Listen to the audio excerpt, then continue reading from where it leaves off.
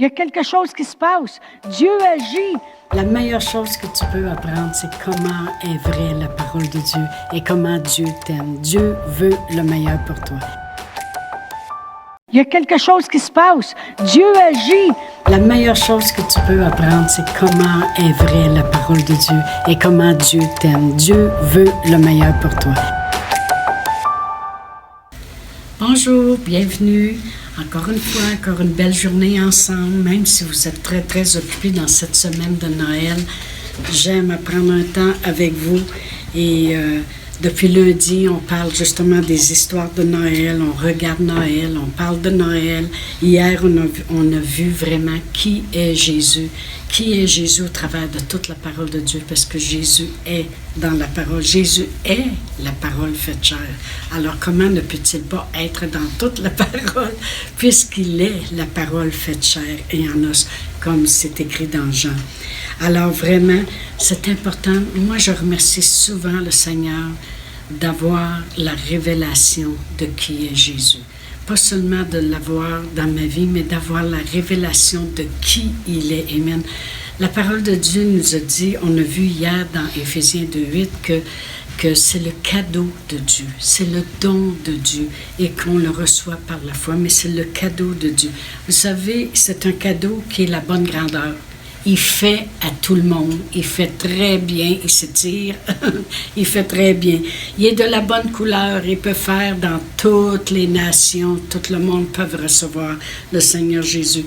Il a été fait à la main par le Saint-Esprit. Vous savez, la Sainte Vierge, lorsque l'ange lui est apparu et qu'il lui a dit qu'elle aurait un fils, sans connaître un homme, mais elle l'a regardé et elle a dit, mais comment cela se fera-t-il? Il a dit, le Saint-Esprit va venir sur toi et tu vas pouvoir concevoir ce fils. Alors, il est fait à la main par le Saint-Esprit, amen. Il est porté dans toutes les saisons de la vie. Alors, beau temps, mauvais temps, on peut porter ce beau cadeau, Jésus. Il est d'une durabilité éternelle. Et même, il nous a emmenés, nous aussi, à pouvoir vivre éternellement avec lui. Il est garanti à vie. Jamais il ne nous abandonnera, jamais il ne nous délaissera. C'est le plus beau cadeau. Vous savez, un cadeau, c'est quoi? C'est la démonstration d'amour d'un cœur envers un autre. C'est ça un cadeau. Quand on fait un cadeau à quelqu'un, il y a toujours un temps qui a été pris. Il y a toujours un choix qui a été fait dans notre tête. Il y a toujours l'intention. C'est toujours important parce que c'est une démonstration d'amour d'un cœur envers une autre personne. Amen. C'est aussi l'expression de nos sentiments. Quand on aime vraiment la personne et puis qu'on veut lui faire un cadeau, elle va pouvoir ressentir dans le cadeau tous nos sentiments. C'est pas seulement le cadeau, mais la pensée en arrière du cadeau aussi. Elle a pensé de se déplacer pour aller acheter ça. Elle s'est rappelée que je lui avais dit que j'aimais telle affaire. C'est la pensée qui est en arrière. C'est de savoir qu'une personne a cherché puis a pris le temps de préparer ce cadeau-là. C'est aussi de savoir que la personne, elle a peut-être payé cher pour le cadeau. Des fois, on va dire, « Oh mon Dieu, mais c'est dispendieux, qu'est-ce que tu nous donnes? Qu'est-ce que tu me donnes? » C'est de voir le cœur de la personne. L'intention en arrière du cadeau, c'est très important. Je vais vous raconter une histoire. C'est bien drôle. Parce que mon mari et moi, lorsqu'on sortait ensemble, on était des gens qui aimaient beaucoup aller à la pêche. Et puis, mon mari, il savait que c'était ma fête le 19 octobre. Alors, il a décidé de m'acheter un beau cadeau. Il voulait m'acheter une ligne à pêche. Alors, il est allé au magasin. Et puis, son intention était super. Il a choisi une belle ligne à pêche, une belle grosse, avec un beau, tout parfait, le beau, on pouvait lever la planche, arrêter le fil de continuer, elle était super. Mais quand il est revenu chez eux avec la ligne à pêche, il a regardé ça, puis il a pensé à son affaire, puis là il a dit, je sais qu'est-ce que je vais faire, je vais garder cette ligne à pêche-là, puis je vais lui donner ma vieille. J'aurais dû le savoir tout de suite, il sortait avec moi. Amen. J'aurais dû savoir qu'à l'avenir, ce serait à peu près le genre de cadeau que j'aurais. Mais moi, j'ai accepté la vieille ligne à pêche. Amen. Il a gardé la belle pour lui. C'est pour vous donner un exemple de l'intention et le cadeau. Amen. Il y a l'intention à l'arrière du cadeau. Il y avait l'intention de vraiment vouloir continuer à venir à la pêche avec moi, puis de me donner une ligne à pêche. Mais le cadeau était un petit peu différent, parce que lui, il a gardé la belle ligne à pêche, puis moi, j'ai eu la vieille ligne à pêche. Amen. Mais Dieu, c'est pas pareil. Il y avait l'intention et il y avait le cadeau. Quand Dieu est dit qu'il nous a donné, Dieu a tant aimé le monde qu'il nous a donné son Fils, Jésus, et que c'est le cadeau de Dieu. Il y avait l'intention aussi en arrière du cadeau. Il y avait l'intention qu'en nous donnant son Fils, il nous donnait lui-même. Amen. Qu'il avait l'intention qu'en nous donnant son Fils, il payait un prix cher. C'était son Fils unique. Amen.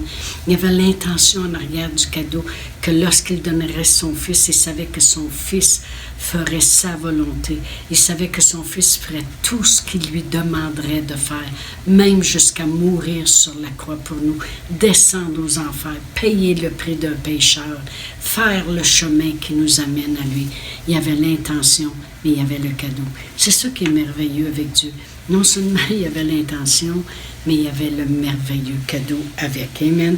Il ne nous a pas donné sa vieille ligne à pêche. Amen. Merci Seigneur. Mais c'est un cadeau extraordinaire. Amen.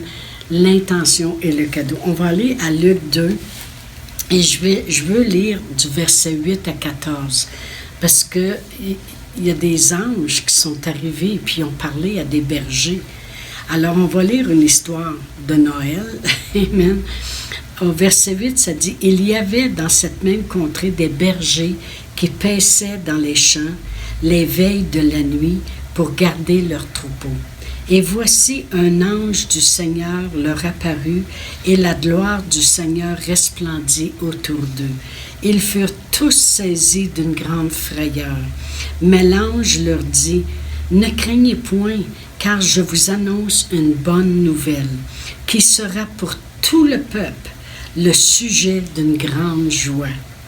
C'est qu'aujourd'hui, dans la ville de David, il vous est né un sauveur, qui est le Christ, le Seigneur. Et voici à quel signe vous le reconnaîtrez. Vous trouverez un enfant emmailloté et couché dans une crèche. Et soudain, il se joignit à l'ange, une multitude de l'armée céleste, louant Dieu et disant « Gloire à Dieu dans les lieux très hauts, et paix sur la terre parmi les hommes qui l'agréent. » Amen.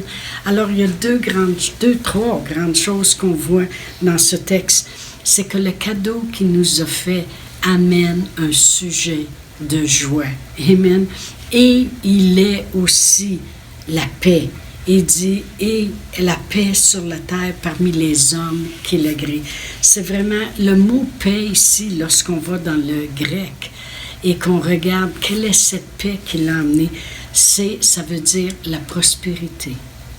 Ça veut dire la paix, ça veut dire la tranquillité, ça veut dire le repos, ça veut dire remise à neuf. Oh wow! Il y en a des fois qui ont des assurances d'auto, puis c'est remise à neuf, c'est merveilleux. Amen. Remise à neuf. Il nous a remis à neuf. Il nous a remis dans le contexte que Dieu nous avait créé. Parfait, créé à son image et à sa ressemblance. Amen. Mais le mot prospérité veut dire qu'il prend soin. Il prend soin de tous nos besoins. La paix, la tranquillité, peu importe ce qui se passe au travers de nous. Ça, c'est le cadeau que nous avons reçu en Jésus. Savez-vous que plus on reconnaît le cadeau, plus on va pouvoir vivre le cadeau. Moi, je me souviens d'un exemple, quand j'étais jeune. C'était vraiment frappant. On faisait des grosses soirées de famille dans le temps des fêtes. Puis là, c'est la soirée de Noël.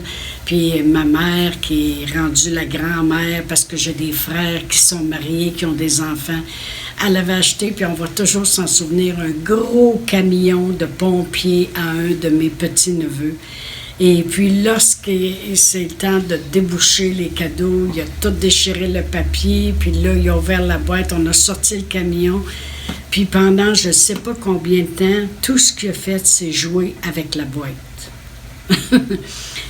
On était là, ben oui, mais regarde le beau camion. Lui, c'était d'embarquer dans la boîte, débarquer de la boîte. Il a joué avec la boîte.